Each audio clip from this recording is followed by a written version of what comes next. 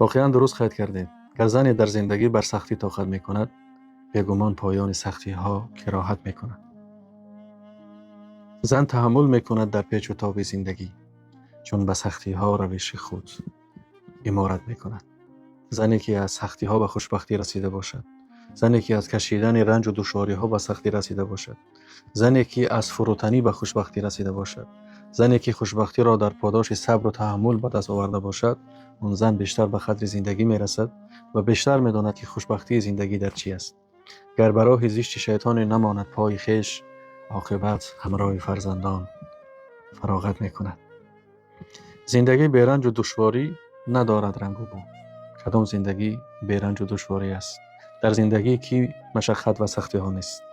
زندگی بیرنج و دشواری ندارد رنگ و بو. آن که را صبر جمیل باشد لطافت میکند. زنی که اگر شیوه صبر داشته باشد، در تمام حالت و در همه پستی و بلندی های زندگی همراه شوهر خود با لطف و مهربانی صحبت میکند. زن همان گلزار راه زندگی است که از بحر مرد در همه بیش و کمی شکر و عادت میکند.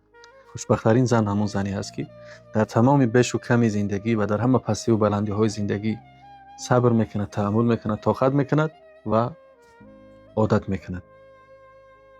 پند اقبال بشنوه خواهر، مکن کاری خطا، چون خدا بالای سر دائم نظارت میکند.